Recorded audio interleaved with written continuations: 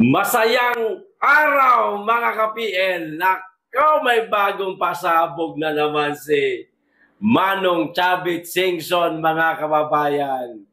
Unang-una po dito sa video mapapanood ninyo mga kababayan, itong maanumalyang flood control project sa Ilocos Norte mga kababayan, na ang congressman ay, kung hindi ako nagkakamali, si Sandro Marcos, mga kababayan.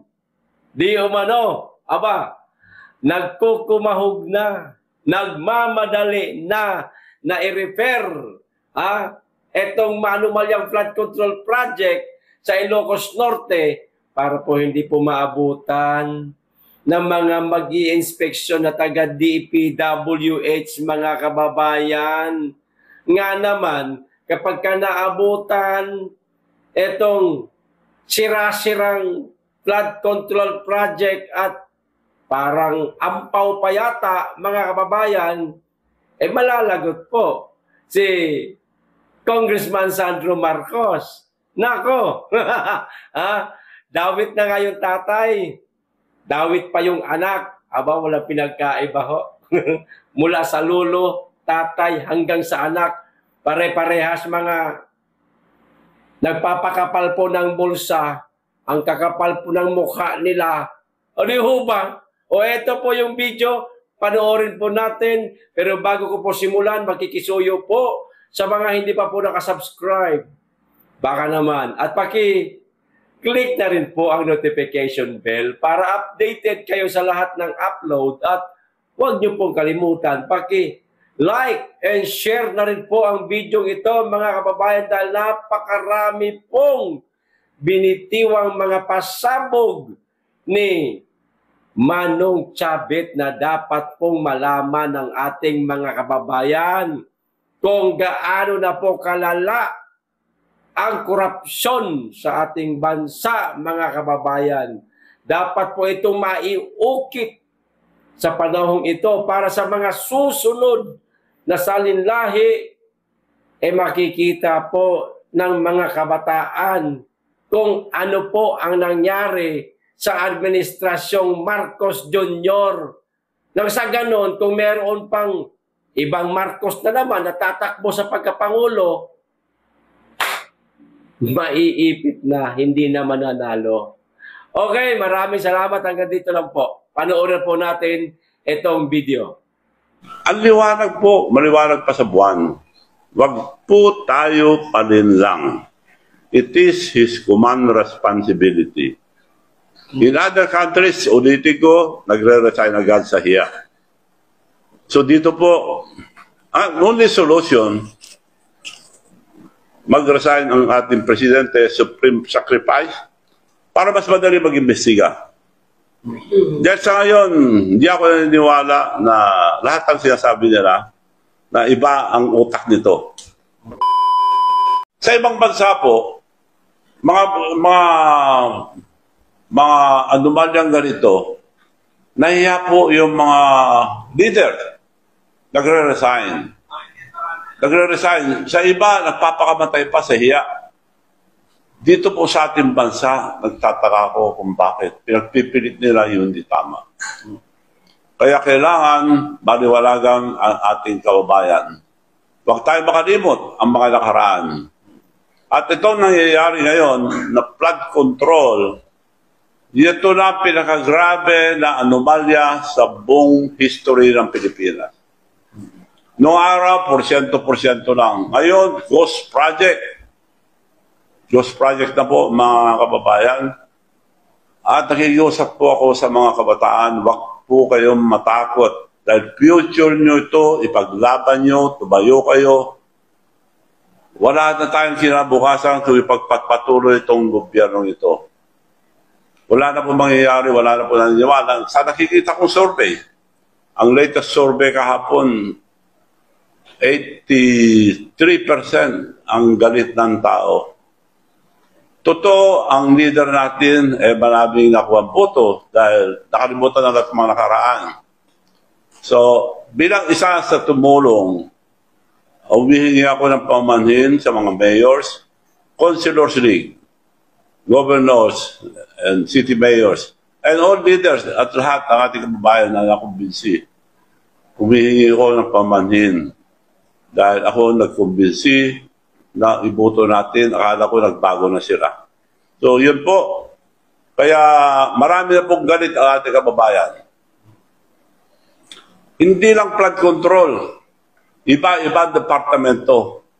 Kumbaga sa tawag nila na tip of the iceberg, kita mo konti, pero malaki sa loob. Kumbaga sa dragon, nakikita natin kayo, buntot lang. Marami po yan paghilain nyo.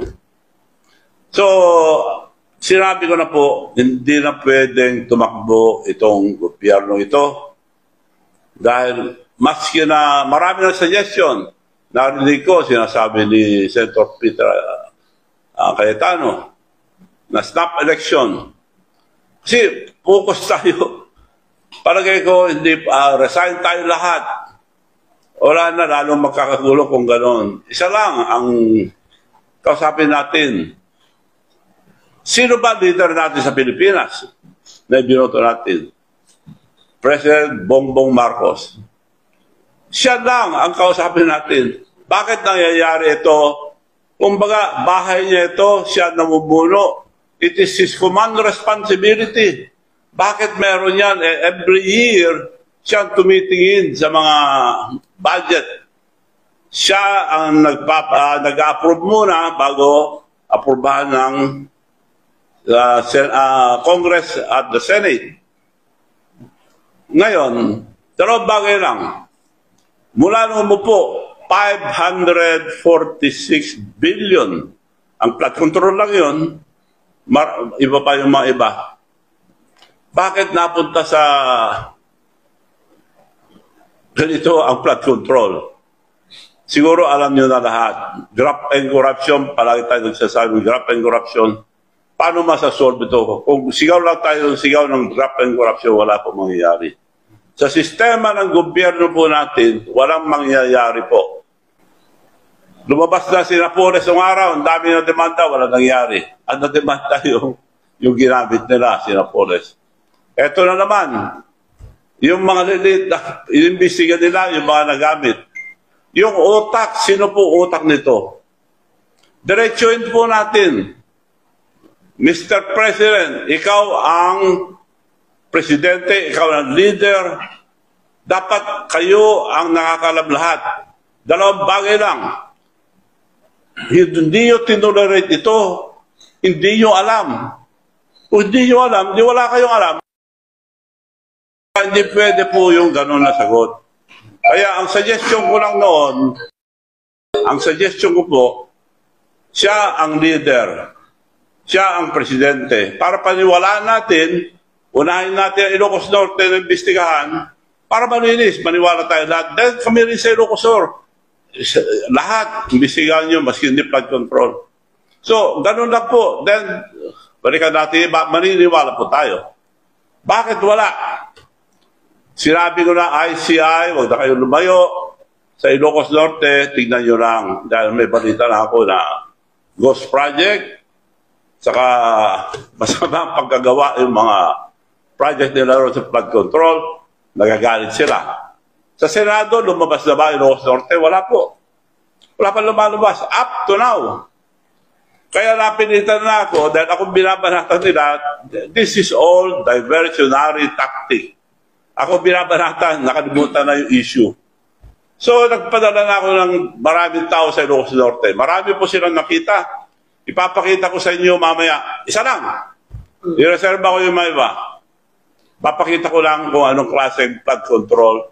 Meron sila sa Bintar, sa Parparoro, Bintar. Isa lang po ito. Marami pa pong susunod. So, since madami po kayong ebidensya doon sa Ilocos Norte Go, in case po na invite kayo ng ICI to invite kayo para maging witness or ilantad nyo yung mga ebidensya, willing po ba si Doc Chari? Willing ako. Nung sinabi ko willing ako, nagsara na eh. So, ewan ko kung bubuksan pa nila. Sabi sa iba naman, Sa iba naman, meron na naman. Tatagal na tayo dyan hanggang investigasyon na tayo habang inuubos ang pera ng kabilang bayan. Sir, gaano kahalaga na unang imbestigahan ang Ilocos Norte na lugar mismo ng presidente? Para magkaroon ng kredibilidad ang presidente na magbintang sa mga ibang tao. Sa ngayon, si ganito, nag-aaway ng mga senador, congressman, at iba-ibang issue. So, bago ko makalimutan, gusto kong pasalamat sa isang gobernador na nakausap ko rin nung araw, gobernador ng Oriental Mindoro, Governor Bons Dolor. Kakilala ko po ito. Maraming salamat po at kayo ang sumigaw yung mga ghost project dyan sa Mindoro. Sana po mga ibang gobernador, gayahin po natin siya. Sabihin niyo po lahat ang makalukuhan nangyayari sa inyong mga lalawigan at marami pa ito. And yung mga ibang may nakakaalam, tumayo po kayo. Be brave. Isa lang ang buhay po natin. Tignan natin, wala nang kinabukasan ang ating kabataan kung hindi tayo tutulong sa kanila. This is the future of our children's children. Tulungan po natin sila. Now, mag-schedule lang ang mga kabataan o yung mga mas hindi nag-aaral, sila mag-schedule. Huwag na yung mga politician mag-schedule ng rally. Isa lang. Isa lang po rally natin at susuportahan po natin lahat. Nakikiusap po ako sa mga anak ng mga general, anak ng mga pulis, payagan niyo po yung mga anak niyo dahil kinabukasan po nila ito. Kung hindi kayo lalabas, okay lang. Pero payagan niyo po yung mga anak niyo dahil kinabukasan po nila ito. Hindi ba baka sabihin na naman na doon sa Malacanang na inciting to sedition yung para sila sabihin? This is supposed to be a free country. Pwede natin sabihin lahat ang gusto natin. So, kung ang sadya nila ipagtakpan itong kalukuhan, mali po yun. Kailangan po sabihin natin, at liwanag na si mga Diskaya, 3 years, 31 billion ang binigay nila. Sino nagbigay? Yung mga powerful. Sino nagbigay? Oh. Yung mga nasa Congress, kay Speaker, dalawa lang tinuturo, Speaker at saka Saldico. Kung wala kayong koneksyon doon, wala. Sino naman ang may-ari o boss ang dalawa? Ang presidente. So, si presidente naman, oy, bisigan yan. Dapat siya mangunguna. Ayun, mag-resign daw tayo lahat. Hindi po ako pabor dyan mag-resign lahat. Marami naman matitino, mga leaders, hindi naman lahat masama. Pwede rin kung gusto nyo lahat. Pero hindi po, ang dapat mag-resign ang presidente dahil command responsibility niya ito. Siya namumuno. Sa mga ibang countries, nagre-resign po agad yung mga leaders. Sa hiya. Yung mga iba, nagpapakamatay pa. Kung yung mga iba, mga kabataan lang recently sa Madagascar, tanggal yung Prime Minister, kabataan nag-rally, matatapang sila. Pero naniniwala ko, mas matapang ang mga Pilipino. Ipaglaban natin ang ating mga kabataan, suportahan po natin sila, dahil kinabukasan po nila ito. Based po sa investigation nyo, doon po sa Ilocos Norte, may certain numbers po ba tayo dyan kung ilan po yung nakita nyo some standard or ghost project doon po? Isa lang ito, may darating pa. Gusto nyo ipakita ko? Okay, sir. Pakita nyo nga dito sa screen. Isa lang po ito. Ay, sige. Gusto ko muna liwanagan yung balik nila sa akin. Na meron daw sa trap sa akin, sa trap. Inaamin ko sa amin yan, pero wala na kami pangalan. Now, yung anak ko, kalalagay lang pangalan niya dahil umutang. So yun, sinasabi ko lang, totoo. Ito ngayon, ang bigay ng Public Road and Highway. Sa trap po lahat yan. Magkano ang pondo? Liwanagin nyo nga. Ang pondo na binigay Okay, sir. Ito. Nag-umpisa pa ito 2017. Hindi, resulta na ito. BD po ito. Noong 21, walang pondo. Noong 23, walang pondo. Nag-umpisa pa ng 2017, hindi na yung binigay. 100 million lang. O, nakuha ng Satrap, 65 billion. So, BD po ito, panalo ng Satrap. Hindi kagaya ngayon na mas malaki ang sinisingit nila pag may private. Ito, bawas mo lahat to, kontrata ng Satrap.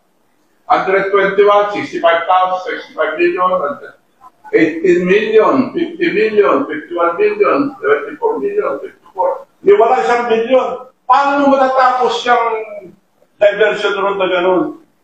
2021, walang pondo binigay. Panahon na ni Presidente 23, walang binigay. Wala nang pondo. Paano na itatapusin? So, yan, pwede na nag-bisikan lahat. Pakukulong ko lahat yung mga engineers at Satrap kung may kakukuhan. Yun po, banat nila sa akin, totoo, pirmado ng Public Works and Highway, nakakuha kami in how many years? 17, 18, 19, 20, 21, 22, 23, 24, 25. 9 years! Yan ang nakuha namin. Ang estimate, 924 million. Nakuha namin 780. 200 million na bawas.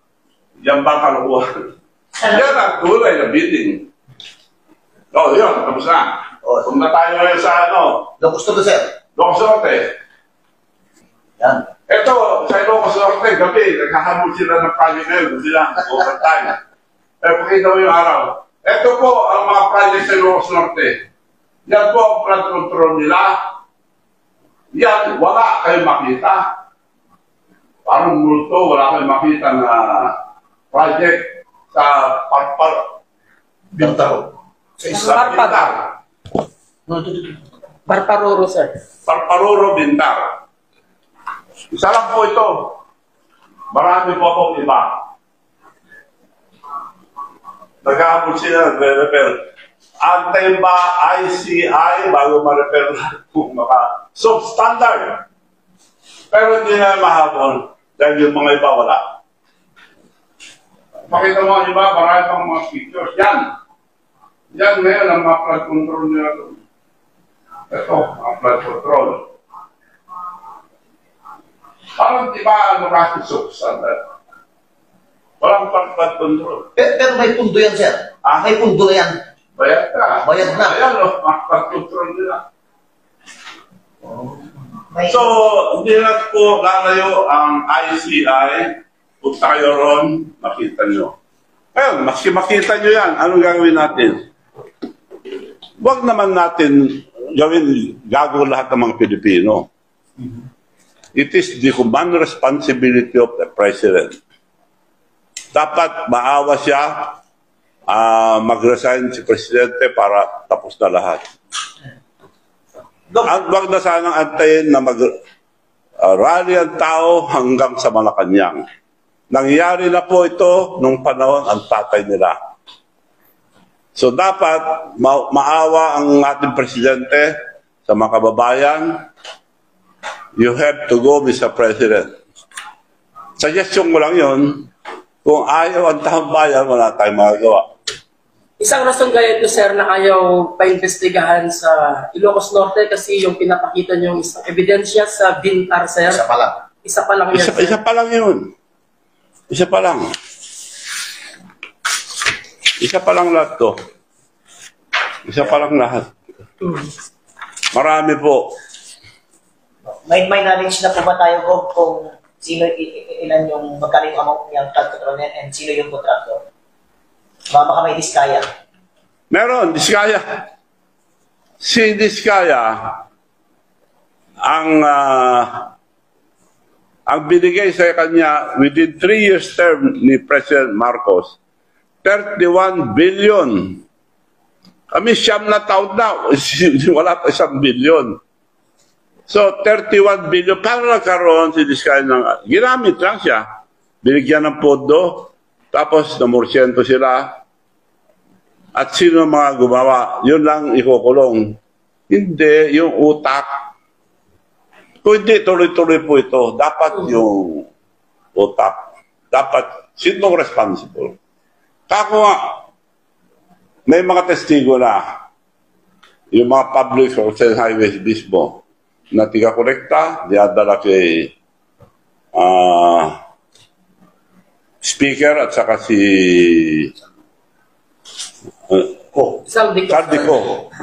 Saan naman diadala ni Sardico? Imposible naman kasi siya lang. May mas mataas doon. So kung hindi alam ang presidente, kung hindi alam ang presidente, saan napunta yung pera? Sir, Hindi nila magagawa ito kung hindi walang powerful na nag-approve. kumbaga sir, sinasabi nyo na si Presidente Bongbong Marcos ang utak, mastermind, yung corruption na nangyayari ngayon. Well, hindi natin sabihin yan dahil sabihin nila. Iba na naman sasabihin. Pero kanino itong Pilipinas? Kaila Bongbong Marcos na siyang presidente. Kumbaga sa bahay, siyang padre ng pamilya. Sinong bibintangan mo? Yung mga naglilingkod sa iyo. Ngayon, binibintangan lahat yung mga kalyado na lahat. Huwag lang umabot sa kanya. Ang liwanag po, maliwanag pa sa buwan. Huwag po tayo palinlang. It is his command responsibility. In other countries, ulitin ko, nagre-resign agad sa hiya. So dito po, ang only solution, mag-resign ang ating presidente, supreme sacrifice, para mas madali mag-imbestiga. Dahil sa ngayon, hindi ako naniniwala na lahat ng sinasabi nila na iba ang utak nito. Sir, sa mga interview nyo, sinasabi nyo na hindi siya presidente kung wala kayong tulong sa kanya.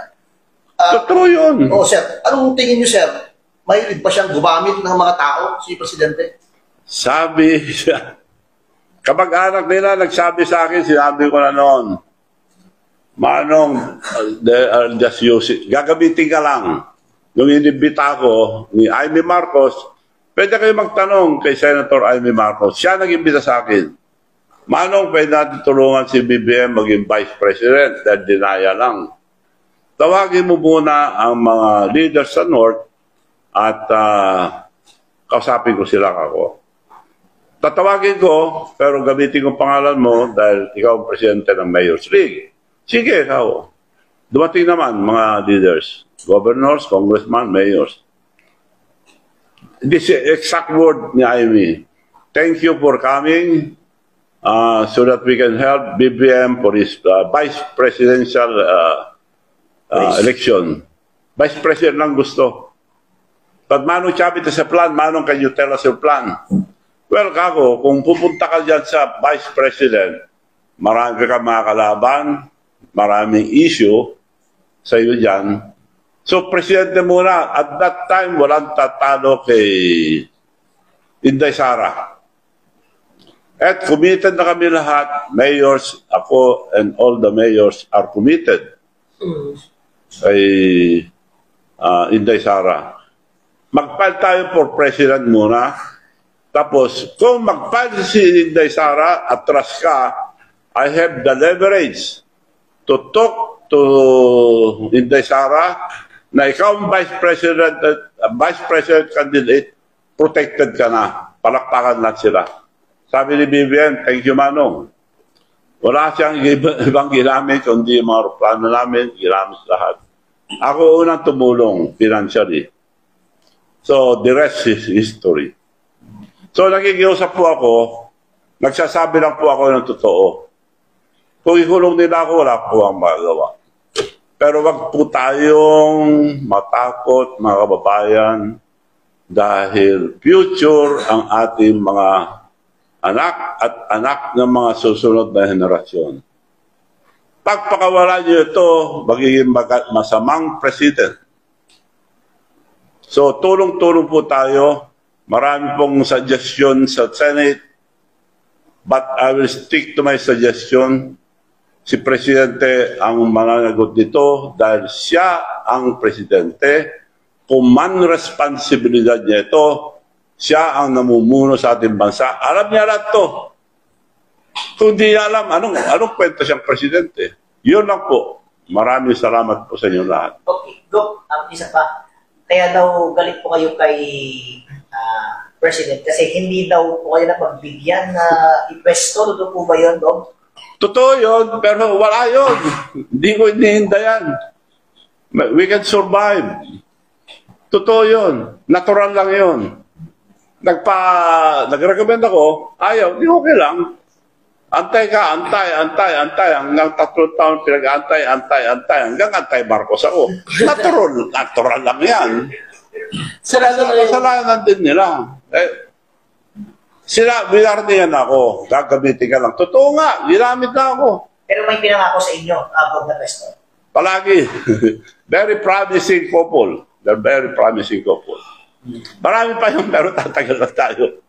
Sir, ano nang reaksyon ng mga sinasakupan niyo sa Governors League, Mayor's League, Councilors League dahil kayo yung isa sa nagpanalo kay Presidente Bongbong at ngayon sir, nananawagan para sa kanyang pagbibitiw. Ano lang yung reaksyon niyo? Una, humingan ko na paumanhin sa mga Councilors League, especially Councilors League, Mayor's League, Governors League, at ang mga taong bayan na nakumbinsi.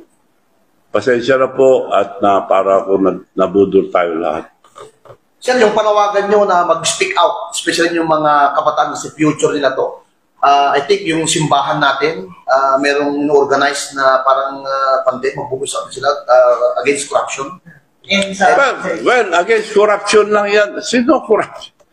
Hindi mo maubos yan. Kailangan tanggalin mo yung power. Yung power mo na nagpro-protect ito, mga graft and corruption. As simple as that. Okay. Hindi na kailangan tanggalin nyo lahat. Mahirap magtanggal. Magaganda ang mga batas natin, pero implementasyon, walang kwenta po. Sir, Ang mga maliliit na tao lang nakukulong. sa nabuo ng ICI, President Marcos, sir, may mga kredibilidad ba sila, sir, sa pag-investiga ng mga... Mababait lahat yan.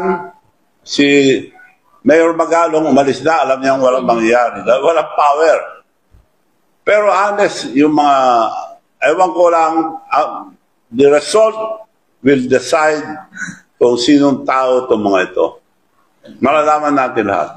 So, sir, you find out na yung example sa Bintar na anomalya sa Ilocos Norte. So, ano nga saan na makabayan natin nilalabas ko, sir? Marami po ba? Ang sabi sa akin, marami. Kaya nakikiusap ako, hindi na ako dahil sinasabi nila, ginagawa ko lang ito, galit ako sa kanila. Hindi naman. Yun na, sinabi ko walang pumupunta Walang naglalabas. Di, anong gagawin ko? Kailangan gawin ko para may maglabas. Takot lahat sila maglabas. Walang pumupunta ron. Nagtataka ako ICI kung bakit hindi sila pumupunta sa Ilocos Norte. Unahin po nyo, tapos kami dito sa Ilocos Norte, magkakatabi lang po kami. Ito na siguro magiging rason, sir, na investigahan ng Ilocos Norte pag sa ipinalabas niyo po na anomalyang project sa Bintar, sir. Well, I hope na ituloy na nila dahil may pinakita na ako. To prove na hindi totoo ito, kailangan pumunta sila doon. At least may point na, sir, na possible na mayroon din mga ganyan sa Ilocos Possible. Norte. Okay, sabihin natin possible. Pero pictures and video Don't lie. don't lie. Okay.